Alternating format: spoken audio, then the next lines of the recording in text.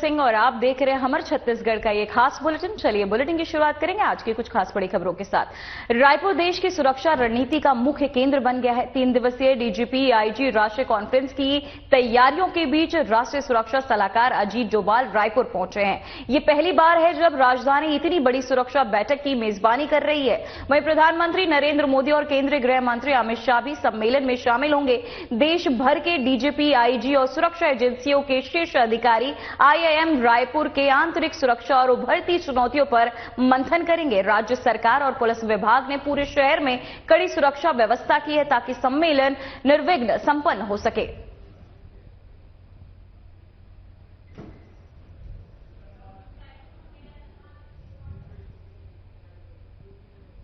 तो वहीं रायपुर में 60वां Akhil Bharatiya DGP IGP conference शुरू हो रहा है। 3 दिवसीय ये सुरक्षा सम्मेलन 28 से 30 नवंबर तक आईआईएम रायपुर परिसर में आयोजित होगा। केंद्रीय गृह मंत्री अमित शाह रायपुर पहुंचे और सीएम विष्णुदेव साय ने उनका स्वागत किया। पीएम नरेंद्र मोदी शाम रायपुर पहुंचेंगे और 29-30 नवंबर को महत्वपूर्ण सत्रों में भाग लेंगे। एनएसए अजीत डोभाल भी आज सुबह सम्मेलन में शामिल होंगे। सम्मेलन में नक्सलवाद, उग्रवाद, आतंकवाद, विदेशों में भगोड़ों की वापसी, पुलिस में एआई का उपयोग और महिला सुरक्षा और आपदा प्रबंधन जैसे महत्वपूर्ण विषयों पर चर्चा होगी। वहीं सुरक्षा के कड़े इंतजाम किए गए और केवल आमंत्रित मेहमान और अधिकारी ही प्रवेश कर सकेंगे। सम्मेलन में पीएम मोदी राष्ट्रपति पुलिस पदक भी प्रदान करेंगी।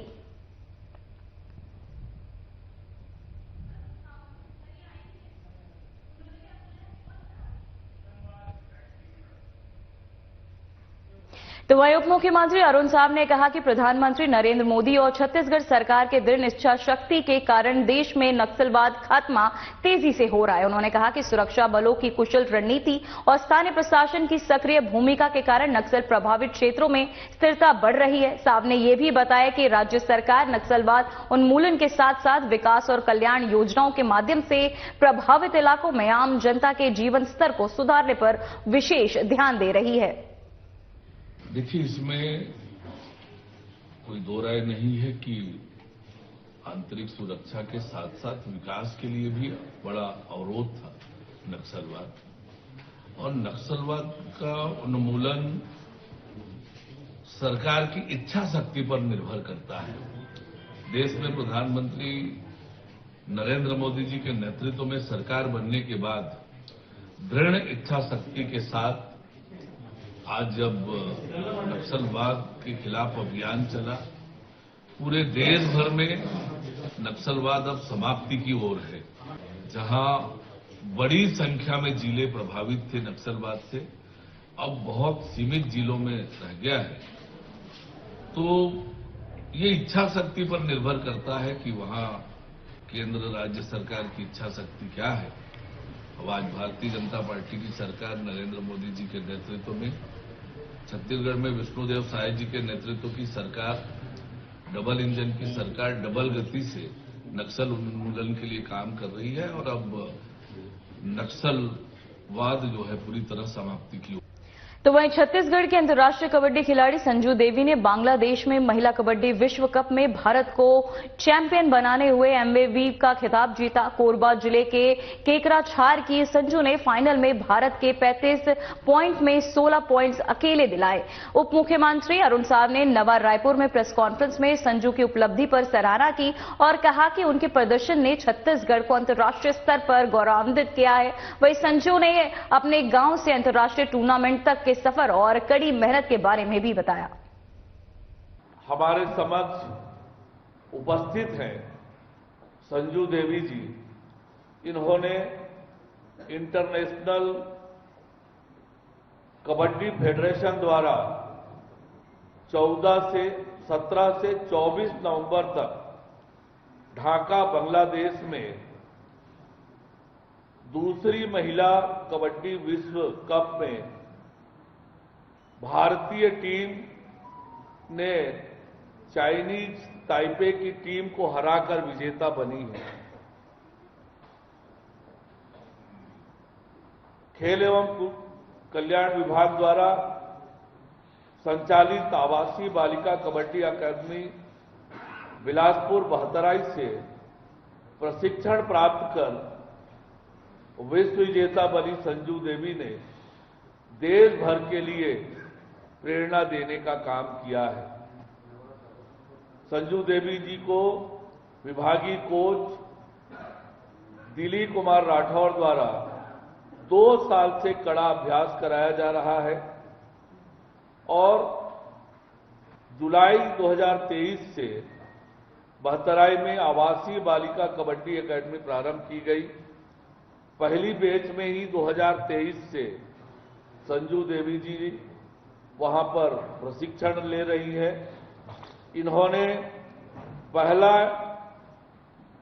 इंडिया कैंप गांधीनगर गुजरात में, दूसरा और तीसरा इंडिया कैंप साई सोनीपत हरियाणा में संपन्न हुआ था, उसमें हिस्सा ली थी और चौथी कैंप अक्टूबर-नवंबर 2025 में गांधीनगर गुजरात में शामिल हुई और 15 नवंबर को सेकंड महिला कबड्डी वर्ल्ड कप के लिए ढाका बांग्लादेश के लिए रवाना हुई। इस वर्ल्ड कप में संजू का जो प्रदर्शन है वो काबिले तारीफ है। जिस प्रकार से पूरे वर्ल्ड कप में उन्होंने प्रदर्शन किया, सेमीफाइनल में ईरान जैसी मजबूत टीम के खिलाफ भारत को 33-21 से हराया और बहुत आक्रामक खेल का प्रदर्शन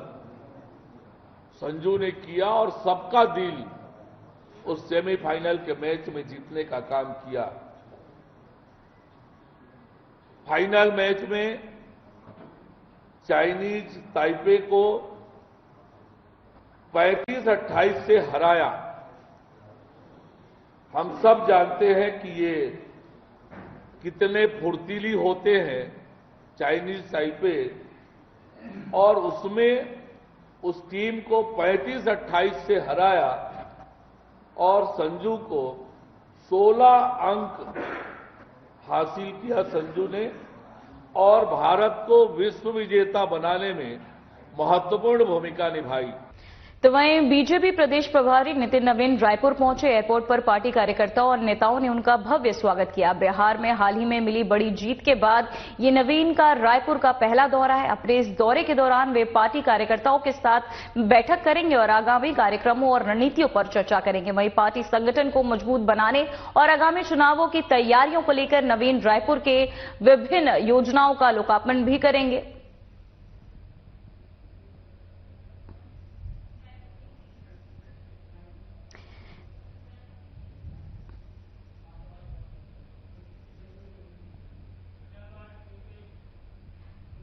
तो वहीं बीजेपी प्रदेश प्रभारी और बिहार के कैबिनेट मंत्री नितिन नवीन रायपुर पहुंचे। बिहार में एनडीए की ऐतिहासिक जीत और नई सरकार में शपथ लेने के बाद ये उनका पहला छत्तीसगढ़ दौरा है। नवीन प्रदेश में संगठन की गतिविधियों की समीक्षा करेंगे और जिला अध्यक्षों की सूची पर आगे की रणनीति तैयार करेंगे। उन्होंने छत्तीसगढ़ भाषा दिवस की बधाई देते हुए कहा कि राज्य सरकार विकास और प्रगति के लिए काम कर रही है। वहीं डीजीपी, आईजीपी और कॉन्फ्रेंस को लेकर नवीन ने कहा कि इतनी बड़ी बैठक का छत्तीसगढ़ में होना राज्य के विकास का संकेत है। कांग्रेस पर कटाक्ष करते हुए उन्होंने कहा कि नेतृत्व विहीन पार्टी में विवाद और सिर फुटबॉल जैसी स्थिति बनती है। मैं बिहार के जीत के बाद छत्तीसगढ़ के जो कार्यकर्ता वहां लगे थे, माननीय प्रदेश अध्यक्ष जी के निर्देशन पर मैं उन सभी कार्यकर्ताओं के माध्यम से छत्तीसगढ़ की जो भावनाएं बिहार को जीत में मिली हैं, छत्तीसगढ़ के लोगों का जो संवेदना रहा है बिहार के जीत में, मैं उसके लिए छत्तीसगढ़ वासियों को भी और भाजपा के अपने उन सभी कार्यकर्ताओं को जो छत्तीसगढ़ में चुनाव में पार्टी में अपना काम में योगदान दिए, उनको भी मैं अभिनंदन करता हूं। और ये जीत का श्रेय भाजपा कार्यकर्ताओं को जाता है, बिहार की जनता को जाता है और अपने दोनों नेतृत्वकर्ता नरेंद्र मोदी और नीतीश कुमार को जाता है। जब मैं ये मानता हूं कि इस तरह के आयोजन कहीं न कहीं राज्य के बढ़ते हुए विकास को दिखाता है कि इतने बड़े कॉन्फ्रेंस को एक राज्य होस्ट कर रहा है, तो कहीं न कहीं 25वां साल है इस राज्य के स्थापना दिवस पे और उसके समय ये सब चीज़ें हो रही हैं। तो माननीय अटल जी ने जो छत्तीसगढ़ के निर्माण में काम किया, अब उसके विकास में माननीय नरेंद्र मोदी जी का पूरा योगदान मिल रहा है। तो हम लोगों ने कहा था ना हमने ही बनाया है और हम ही संवारेंगे, तो बनाने के बाद अब संवारने का काम चल रहा है। जिस पार्टी का नेतृत्व विहीन हो, जिसकी नीयत सही नहीं हो, जिसका न कोई सिद्धांत बचा हो, उसके अंदर ये सिरफुटौल होगा ही होगा। जिसका आका ही आला कमान जिसको वो लोग बोलते हैं, उसमें ही भेदभाव हो। कर्नाटका में क्या हो रहा है? राहुल के दरबार से ही तो उप मुख्यमंत्री को खेल खेला जा रहा है। तो जब मुख्यमंत्री को बौना दिखाने के लिए केंद्रीय नेतृत्व ही लग जाएगा, तो उसका खेल कर्नाटका में देख रहे हैं, तो उसी तरह का खेल यहाँ भी चलता है। यहाँ के भी 2-3 लोग हैं, जिसको एक का सर दूसरे को है, दूसरे का सर तीसरे को है, तो वो खेल तो आप लोग हमसे बेहतर जानते हैं। देखिए, वो पूरी तरह से मैं मानता हूं कि माननीय गृह मंत्री जी, माननीय प्रधानमंत्री जी का जो निर्देशन है, उस पर छत्तीसगढ़ सरकार और पूरी तरह से गृह विभाग, केंद्र सरकार पूरी तत्परता से काम कर रहा है। और मुझे खुशी है कि यहाँ की सरकार ने उसको इतना तत्परता से आगे बढ़ाया है कि जो मकसद है कि छत्तीसगढ़ वासियों का छत्तीसगढ़ रहे, छत्तीसगढ़ के जो स्वभाव है, उस स्वभाव से छत्तीसगढ़ विकसित हो, न कि कुछ अन्य नकारात्मक चीजों से। सब चीजों का आज बैठेंगे अध्यक्ष जी के साथ, संगठन महामंत्री जी, हम लोग बैठकर उस पर निर्णय करेंगे। जहां जहां पर जो चीजें हैं उसको यथाशीघ्र जल्दी से तेजी से उस पर निर्णय होगा। साथ ही साथ आज छत्तीसगढ़ भाषा दिवस है, इसके लिए भी छत्तीसगढ़ वासियों को बहुत बहुत बधाई देता हूं। और हम हमेशा मानते हैं छत्तीसगढ़ अपनी संस्कृति, अपनी प्रकृति के लिए जाना जाता है, और कहीं न कहीं वो भावना के साथ हमारी विष्णुदेव साय की सरकार काम कर रही है। और इसलिए छत्तीसगढ़ वासियों को छत्तीसगढ़ भाषा दिवस के दिन में बहुत बहुत बधाई देता हूँ। तो वहीं छत्तीसगढ़ के शिमला कहलाने वाले पर्यटन स्थल मैनपाट में प्रस्तावित बॉक्साइट प्लांट का स्थानीय ग्रामीणों ने विरोध शुरू कर दिया है। ग्राम कंडराजा के लोगों का कहना है कि वे पीढ़ियों से इस जमीन पर खेती किसानी कर रहे हैं और प्लांट शुरू होने से उनकी कृषि भूमि, भूजल स्तर और पर्यटन पर सीधा प्रभाव पड़ेगा। ग्रामीणों ने आशंका जताई कि प्लांट लगते ही उनकी आजीविका पर संकट आ जाएगा। मामले पर पूर्व उप मुख्यमंत्री टीएस सिंहदेव ने कहा कि किसी भी निजी जमीन पर प्लांट लगाने के लिए कम से कम 80% ग्रामीणों की सहमति जरूरी है, जबकि सरकारी जमीन पर 70% सहमति अनिवार्य है। उन्होंने स्पष्ट किया कि ग्राम सभा में सुनवाई और मंजूरी के बिना कोई भी परियोजना आगे नहीं बढ़ाई जा सकती।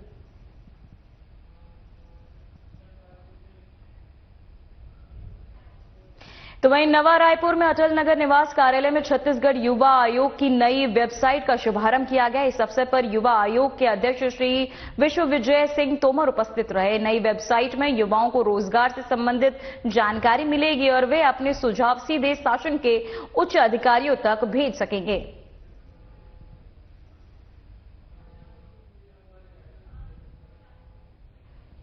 तो वहीं महासमुंद जिले के बसना राम जानकी मंदिर परिसर में अंतर्राष्ट्रीय हिंदू परिषद द्वारा आयोजित त्रिशूल दीक्षा में महा हनुमान चालीसा पाठ कार्यक्रम में संस्थापक डॉक्टर प्रवीण भाई तोगड़िया मुख्य वक्ता के रूप में शामिल हुए।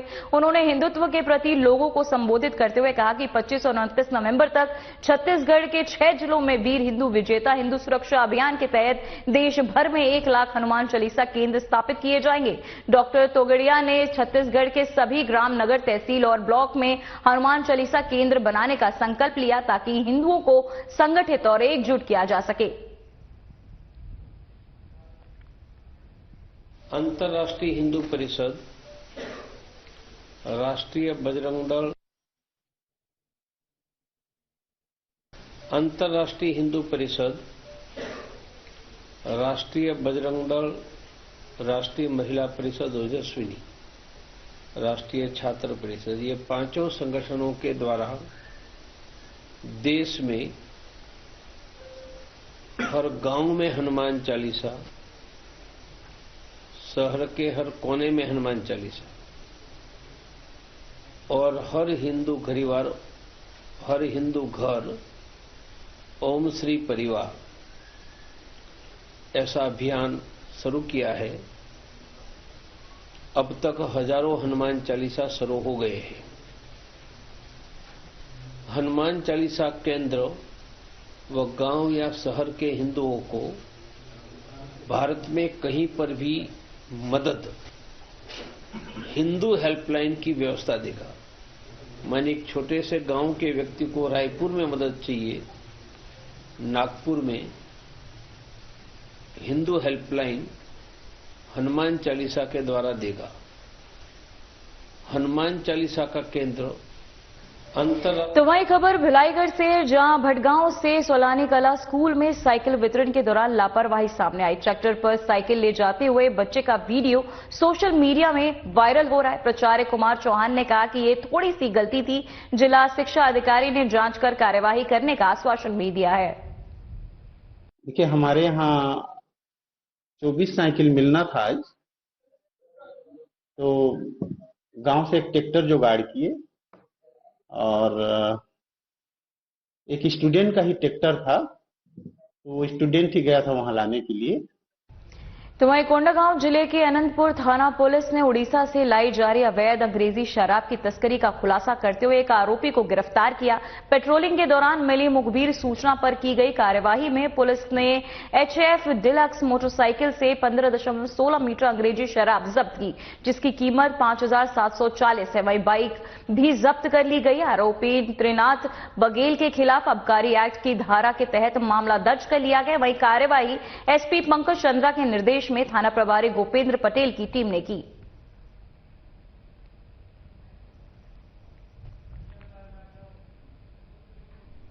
फिलहाल खबरों में इतना ही। नमस्कार।